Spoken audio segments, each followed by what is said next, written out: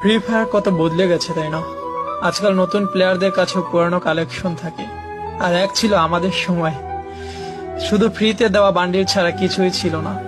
যখন বাকি তিনজন মিলে সাদা অ্যাডাম বান্ডিল পরা প্লেয়ারকে চেতাতে থাকতাম, শালা নিজেরাও নুব হতাম, কিন্তু অ্যাডামকে চেতানোর মজাই ছিল আলাদা। এক ঘরে বা টাওয়ারে বসে চারজনে মিলে একটা কিল করতাম, আর এনিমির একজন এসে আমাদের চারজনকেই মেরে দিত। কিন্তু জানেন মজার বিষয় কি ছিল?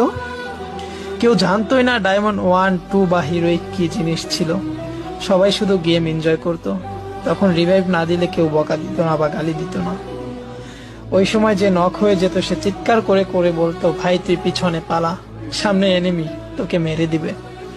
ম্যাচ হারার পরে কখনোই লবিতে এসে এই বিষয়ে ঝগড়া হতো না যে তোমার ভুল, ওর ভুল বা আমার ভুল ছিল।